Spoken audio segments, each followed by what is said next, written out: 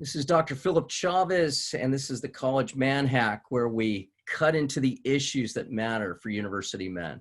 And I'm here again, joined with the Cal State University at Dominguez Hills Catholic Fraternity.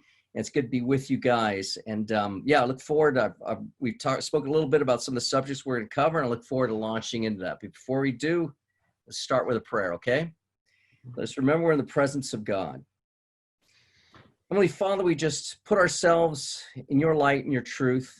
And we just hope that you will enlighten our minds to see what we need to see to move forward in the growth that you wish for us. Father, direct all that we begin here to do today, guide all of its progress, and grant that all of our efforts may be pleasing to you.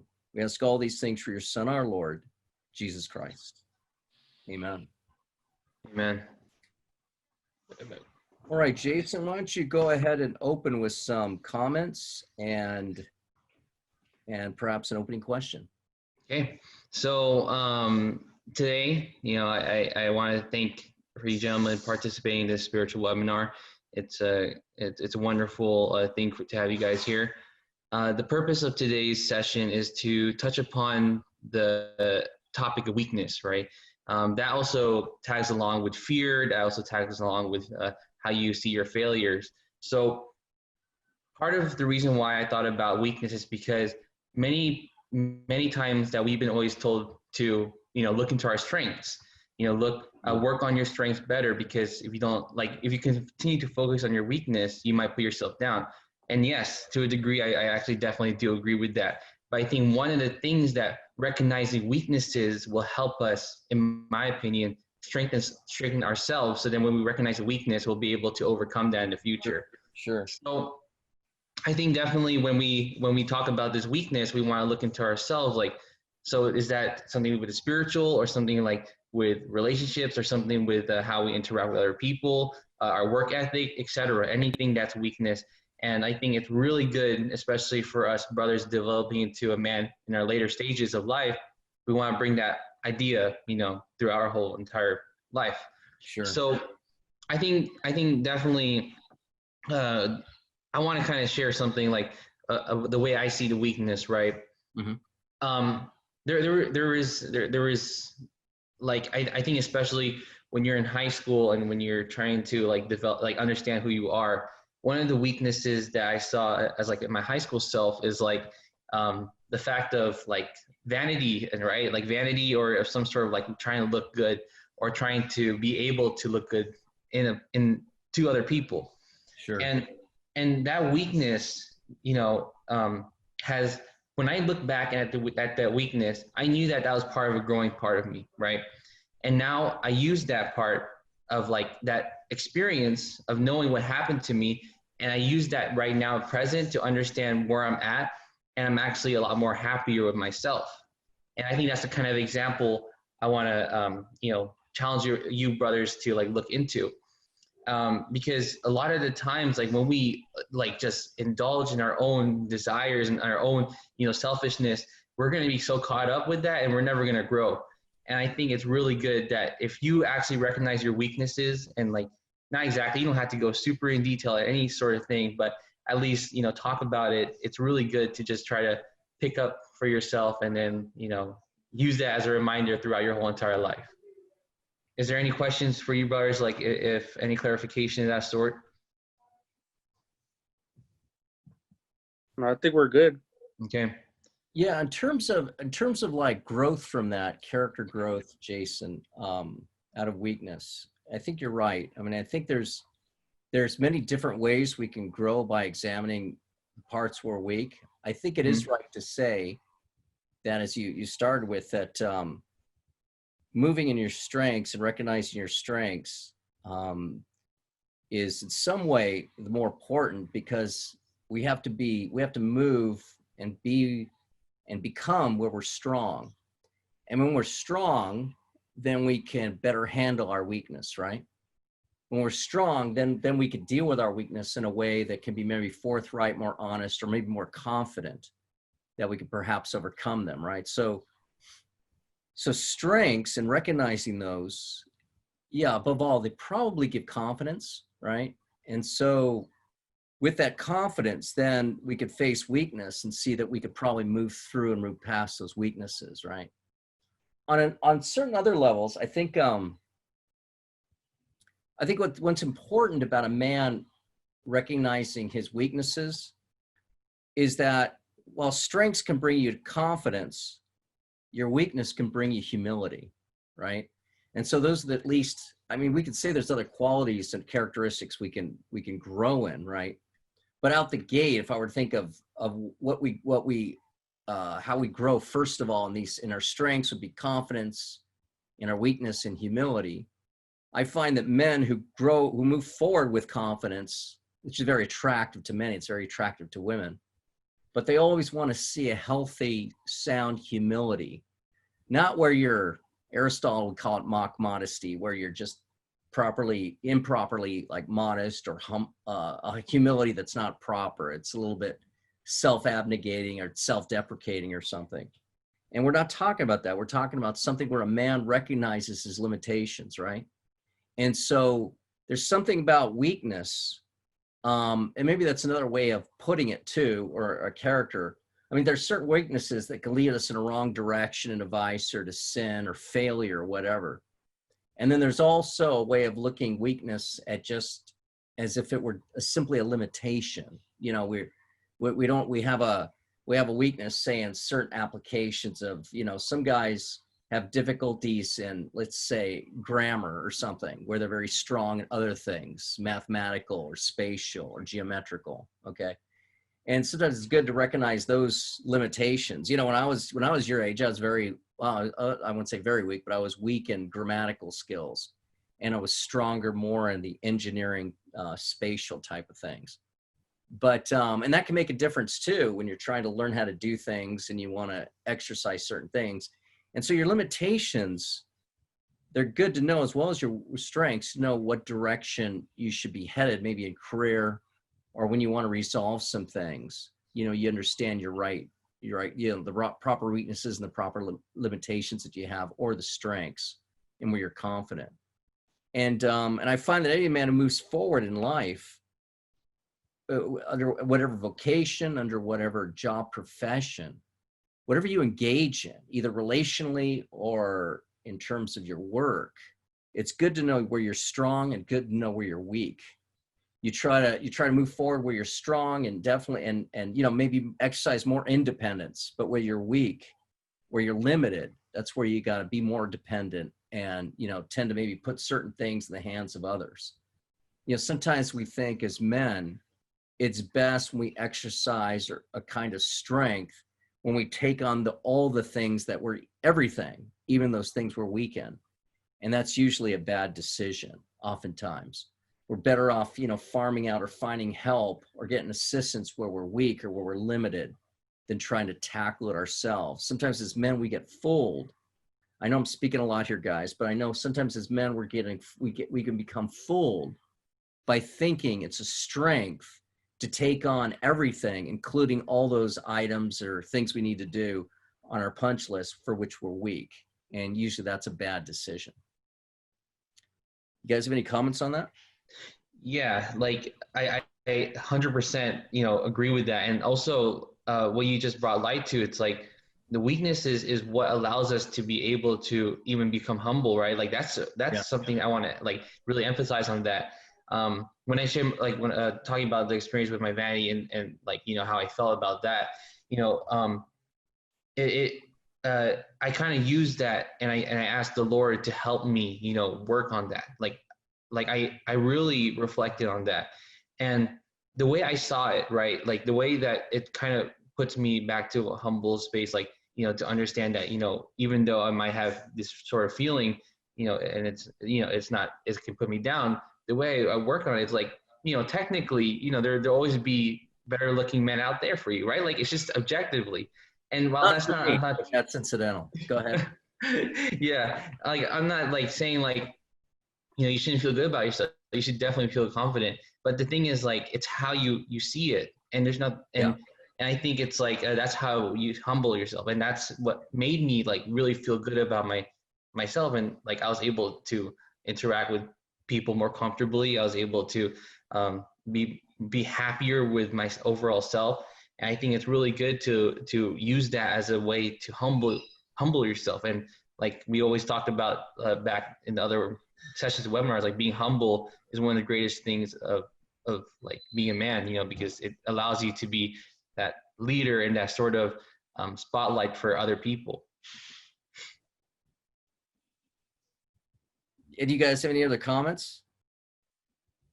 Sure. Yeah, I'll go.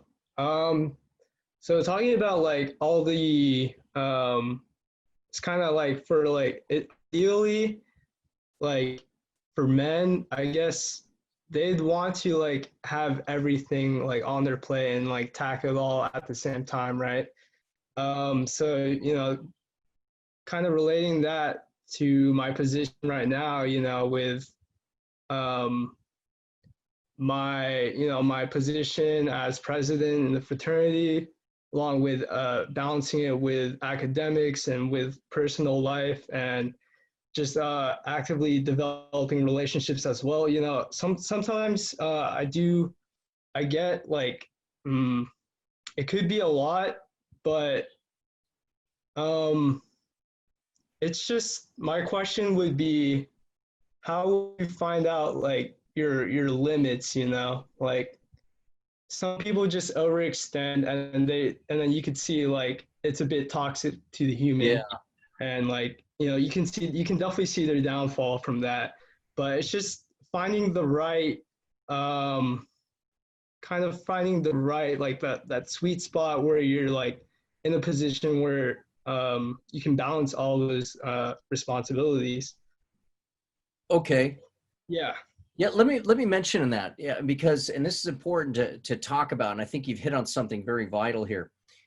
You know, as leading the fraternity as president, remember, it's the fraternity doesn't have one officer. The fraternity has a handful of officers, right? Officers who have different duties. So a good leader sees the breakdown of his organization, right? And tries to get very clear on the tasks of each person in his organization. Now, if he doesn't do that and he's insecure, what he'll find himself doing is taking on the roles of other guys in the organization, right? So this is one key, how would I say, constitutive way you can keep yourself from doing too many things, right? Is to be very clear on what the responsibilities are of everybody belonging, or every officer, right, in the fraternity. And a good leader doesn't take over the tasks, guides them, maybe supervises, but doesn't take over the tasks of the other officers, right? So first out the gate, a leader's got to have good navigation. It's not a matter of doing a lot of things. And this is why sometimes in leadership, especially when you're young, when I was your age, I kind of thought leadership just meant you did a lot of stuff, right? And you showed that you could be a high performer. Well, you know, as we're young and all the rest, that's what sometimes high performance looks like. We just do a lot of stuff, right? But no, high performance is when we see the roles of everybody involved. Same thing with a family. Father has roles, a mother has roles. The oldest children have roles. The youngest children have roles, right? And we're clear on doing all of these things, seeing all these things, then the family even runs better. So even a father and mother, oftentimes when they're insecure, they sometimes take over the roles of their children, you know, and they shouldn't be doing that, you know, and the children have certain chores, certain jobs, you let the children do those.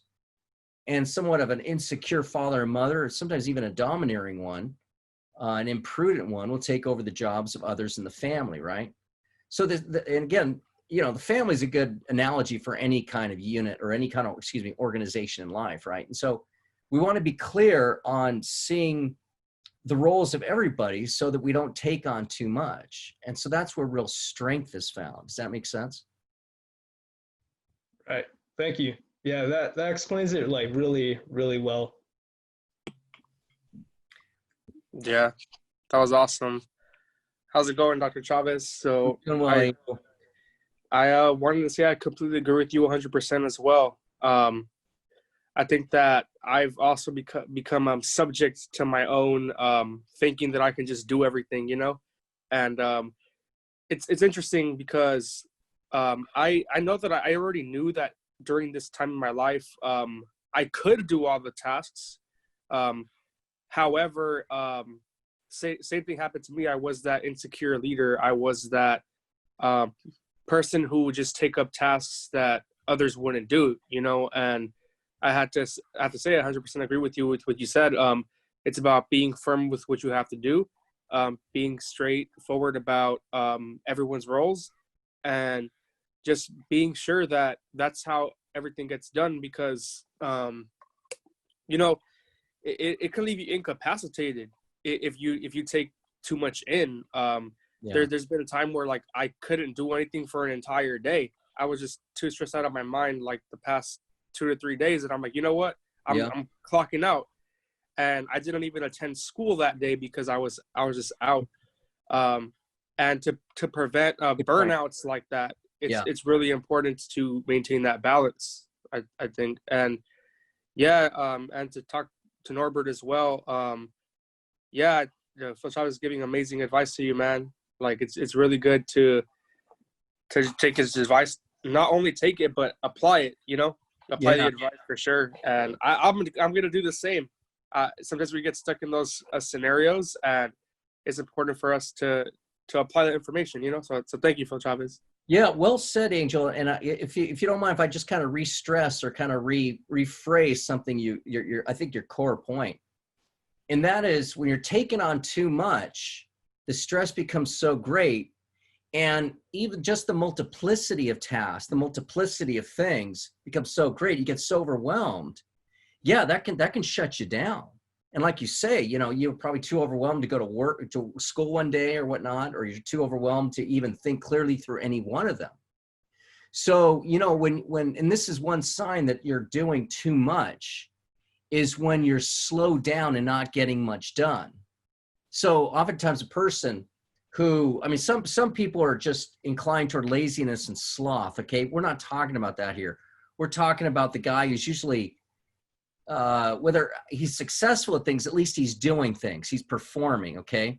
And so one of the things is you can find yourself doing so many things. No one thing ever gets done well, or none of the things ever get done well. Right. And so this is why sometimes oftentimes it's just better to narrow down the field of the task that you're taking over. And see, sometimes we think, well, I can't do this certain thing. We think that limitation is a weakness. Not really. You can only do so many things, and you kind of have to roll on your strengths. Now, one of the things you'll find, though, in leadership or in fatherhood, there are times, where you're not good at things and you do have limitations, but you have to take on that task anyways. Either because you can't normally pay somebody very easily, or you can't easily delegate or whatnot. So you'll usually find as a leader that you have to do some things in your limitations and your weaknesses. But for the most part, those should be recognized, right? And some other solution outside of yourself should be implemented to take care of that. Otherwise, that doesn't happen. Then you undergo a kind of stress and being overwhelmed. And like I say, nothing really gets done right or well. And life becomes burdened. In fact, I think this is what's happening today. Now, in a lot of businesses, what's unfortunate, okay, I surround myself with entrepreneurs, okay? And so, I'm an entrepreneur. Everything I do, I create, right? And so in my own realm, I find myself taking on too many things. And I have to humble myself, and I have to put faith in God too when I have to pay somebody to take upon certain tasks. Because if I don't and make the sacrifice, nobody wants to see money go out of their pockets for certain things, right? Like think, I could just take care of it and get it done. Well, if you don't put that money out, if you don't delegate it properly, then your whole project is I won't say it's necessarily going to fall apart, but it'll be very slowed down, and its production will be very limited, right? And so it is the case that, you want to be very careful not to take on too much, and to try to be very cognizant of where you might be just overwhelmed by things to do. And so, Angel, this is what could happen, especially now that we're in a certain, situation of this COVID situation where, I'm trying to use a proper descriptive word without being disparaging here. we're in challenging situations now. And so you're going to find yourself where you're going to probably have to take on some extra things, and that's just going to be the way it is. Okay. And so, but you want to do what you can to delegate as best you can and try not to get too overwhelmed. But when you do, be very wary of that, step back and tend to look at things. What's interesting is part of not being overwhelmed, part of seeing everything with clarity is collaborating with everyone else, specifically the officers. And so, a sign too that a man, if he's taken on too much, it often means too that he's not communicating, okay, with those in charge, with the other officers. Same thing with a family. Oftentimes a father or mother is overwhelmed with things, not always the case, but often the case. If a father or mother is overwhelmed, oftentimes that's a sign too that they're not even communicating with their spouse. Does that make sense? And not communicating with the older children, and just kind of be very clear about expectations and kind of be clear about calling them out. Hey, you did take out the trash and I did take care of it. I'd appreciate, if you do that next time, or if you need a reminder, let's work a system for reminders. But you see, if parents even don't face problems and don't dialogue by dialogue, converse about them and work them through, right? You'll find yourself taking them on and then carrying them and get even more burden. So I guess again, just to conclude or just to rehash, we could find ourselves taking on too much, even our weaknesses, when we're just not collaborating and keeping in communication with those we're working with.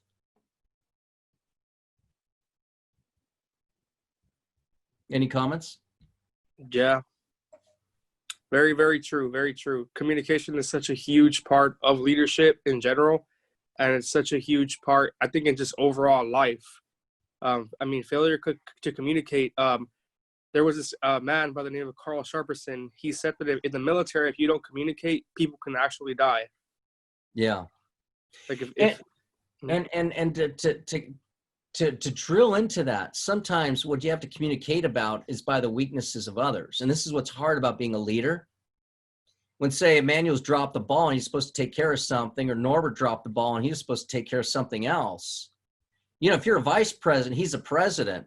Just because he's a president doesn't mean that you can't question him. If he's got certain duties that he's not performing as president, you got to kind of call him out on that. You don't have to be rigid or harsh or demeaning about it, but you say, hey, Norbert, as I understand this, we've established here, this is your task. This is in your hands, not mine. So, what do we need to do to make this happen and carry this out? So a big part of leadership, or to working in collaboration, even if you're a lower officer, to exercise yourself well as a lower officer is to even call out the higher officers, where, just say, hey, as far as I understand, this is in your domain here. And I think we're finding problems in the organization where I don't think certain things are taken care of. How can we resolve this? So there's discrete ways you could put things. But every officer has a responsibility, in a sense, to, if they see something wrong at a higher level, is to correct that. Sometimes when we think of leadership, it's just always top down. No matter what role you have, whether it's treasurer, secretary, I don't know the roles of the fraternity. We don't have to go into that right now, okay? But whatever the role, part of that leadership role is to be responsible, not just to take care of what's going on with you, but making sure too, we're trying to recheck the entire unit, or the entire organization, that everybody's doing your job so you don't have to carry theirs.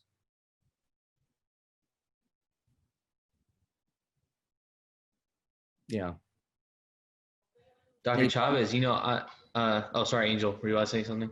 No, you're fine. Okay. I already spoke a lot. Okay. No, it's okay.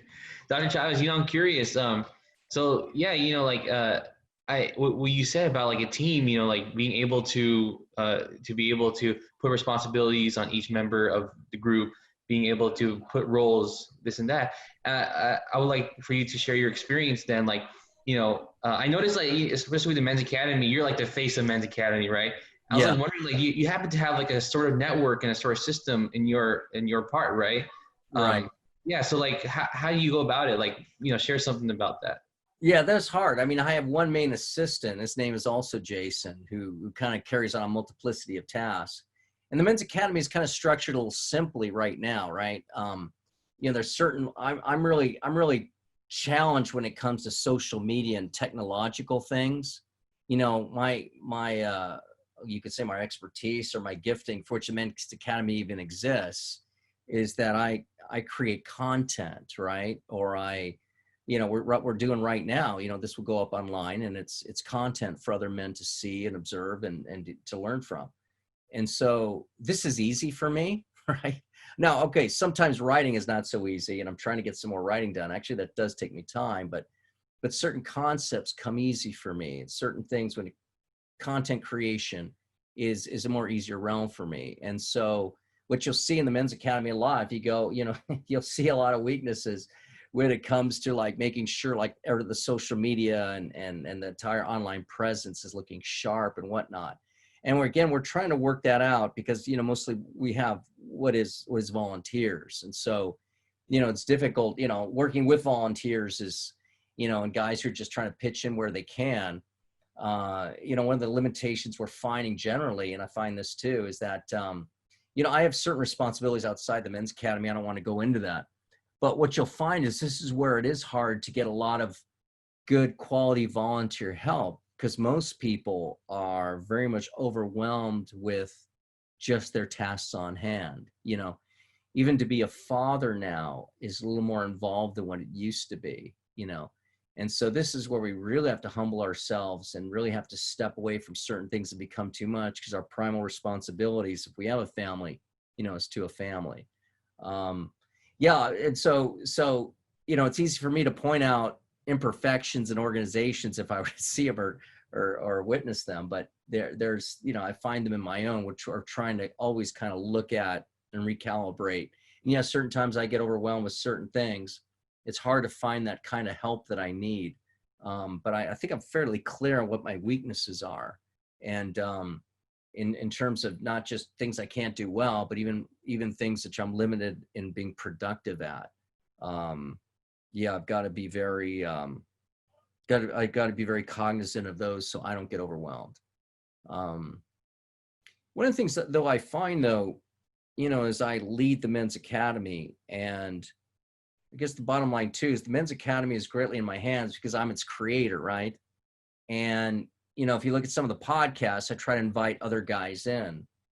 And my way of doing men's ministry is very, very particular. If you've heard my content, it's very different from everything else out there. And I don't say that to brag or anything, but right now the Men's Academy does in great measure revolve around me, though I try to bring other men into it and try to, bring in their concepts and their ideas and whatnot. And I certainly hope it, I don't want the Men's Academy to be ultimately the Philip Chavez show, but that's the way it is right now in a sense, right? And so I want to my intention really is to grow far outside of that, where other people who have giftings in areas of teaching about manly development, could come in. But in the beginning, like a lot of things, a lot of startups, a lot of initiatives, entrepreneurs, you've got to find yourself by necessity taking on a lot of different roles. And so this it comes a grind. I mean, I don't know of any entrepreneur that doesn't suffer in a way, because so much has to be taken on. And despite as much as I could talk about weaknesses and how to detect them and work around them, one of the things you always have to see is that, and I think this is right, and I think this is more of it's a natural and a supernatural point, is when we're heading up organizations or even part of organizations with a real role, I just find that God and just nature itself keeps us fairly limited. I mean, you're not going to find a successful organization that, that always works at A+ quality all the time, and throughout its entire existence. That just doesn't happen. Organizations, families, entities, fraternities, any kind of organization is in some way, because of the fall, has a constant, how would I say, there's a constant challenges, and so nothing comes easy or smooth, and You know, there's a part of us, men, that says, okay, look, things are going to be really hard. We work hard in the beginning, then all of a sudden everything's going to kind of level off. It'll be easy and we'll just go into cruise mode and everything will be good. That's not reality.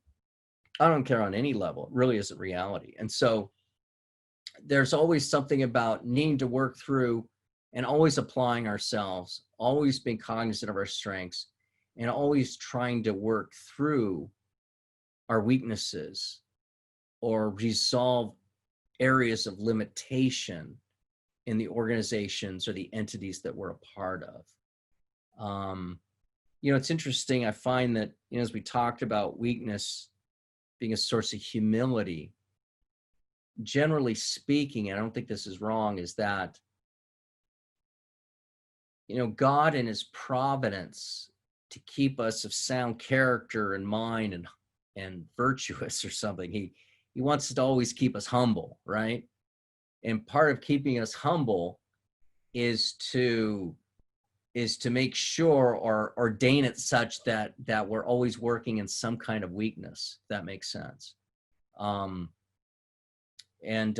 just find that God has a tendency, and as things tend to work out generally in entities, there's always a struggle somewhere that always needs to be constantly addressed and always worked out. So as the saying goes, there's always room for improvement, right? So this is where we got to humble ourselves and see that, okay, organizations are always growing.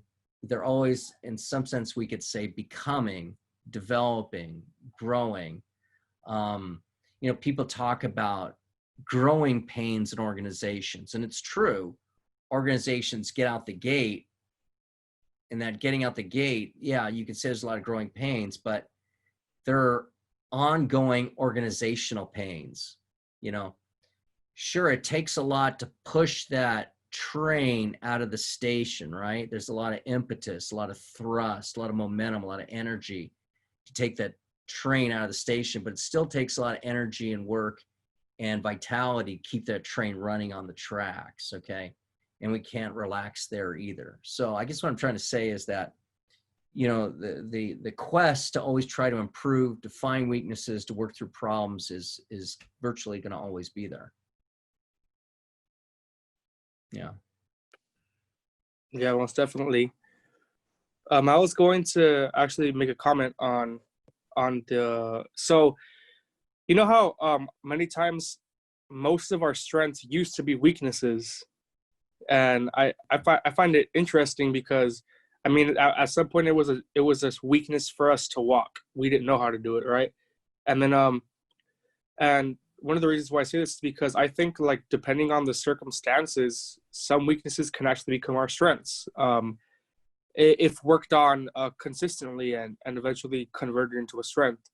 However, that doesn't mean that we're not going to have, of course, other weaknesses, because I think that majority of everything we are weak to, or weakness. If, like, I'm not a really strong cook, you know, that's not a strength that I have. And of course it could become a strength, but then after that, what's the other weakness after that? You know, there's always something. That's to reiterate your point. You're right. There's always going to be something that we're going to have to consistently work on and revisit. You're 100% right. Yeah.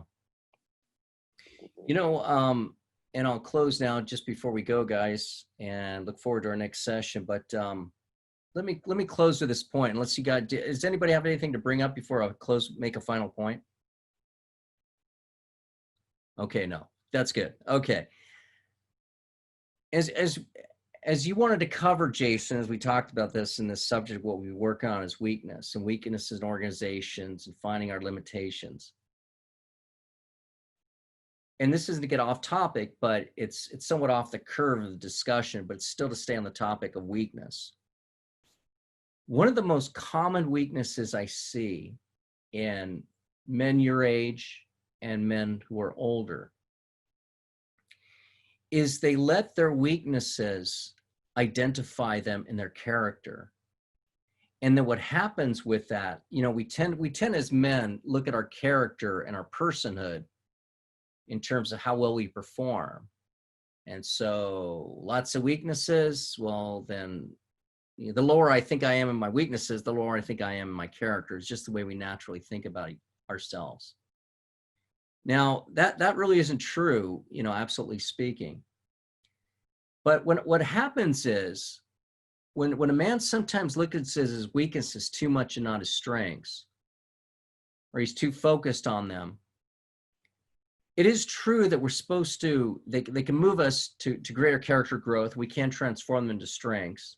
And a strength is to become properly humble. However, that being said, the greatest mistake I see guys your age making, if you don't mind me pointing out, is like in certain relationship situations, you let your weaknesses or your lack of certain strengths contribute to a lack of confidence, and therefore a lack of confidence in a lot of your relationships and a lot of your endeavors. And so what I'm trying to say is this, be very specific here, okay? In your relationships with girls, the average guy your age looks at somewhat of his weaker parts or his inadequacies or where he's not up to snuff or whatever.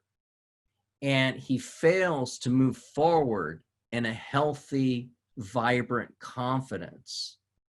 And when you fail to move in a healthy confidence in a relationship, say with a girlfriend, or even as you'll find out, Norbert, as you start leading, or you guys in your own domain of your own, taking an officership of the fraternity, if you don't move in a healthy confidence, it's sort of disparaging by everybody else. And so part of manhood, brothers, isn't so much to just simply recognize our weaknesses, just moving forward in our confidence, but to properly kind of move forward, knowing our weaknesses, and still putting on, just a dynamic where we're more confident than not. Even sometimes we don't feel like it. You're not going to always feel confident, but there's a projection, not where you should, if you want to run organizations well, if you want your relationships to go well, is to move in a spirit of confidence, not arrogance, not being pushy, not being over assertive. I'm not talking about that, but just with a healthy confidence. Because what happens is when you get relationships with girls, women, and you start having children, you work in organizations, you're on the job. If you're not moving forward with a healthy confidence as a male, okay, it can somewhat undermine your relationships, undermine the success of an organization, undermine even your own ability, because we can only perform well when we have a certain confidence about moving forward. And so I almost even want to say, brothers, try to even err on the side of confidence as opposed to err on the side of humility. And it really starts maybe when you take girls on dates and you go out with them. Move in confidence. Move in decision-making, especially with women, believe it or not. We've talked about this before. Move in directive. Move in making decisions. Try not to be indecisive or wavering or wondering, and move forward confidence. And you'll find a healthy confidence, not an arrogant confidence, but a healthy confidence. And you'll find that whatever you do, not only you do it well, but all those around you, if they see there's a spirit of confidence and a kind of a can-do attitude and a kind of, yes, we can get this done, that will be one of the most healthy things for organization overall. Okay? All right, let's close with a prayer. Heavenly Father, we just put ourselves in your holy presence. We ask for your continued light and strength. And your gifting, Father, gift us in confidence to move forward with anything we need to do, whether it's relationships, the organizations we're involved in, our associations with other people. Father, help us to see our weaknesses for what they are. Help us to surmount them. Help us to see them, grow humble in them, transform them into strengths so that we can work in the transformation always of your Son. We ask all these things in his name. Amen. All right, brothers. Thank you. Okay. Thank you. Thank you.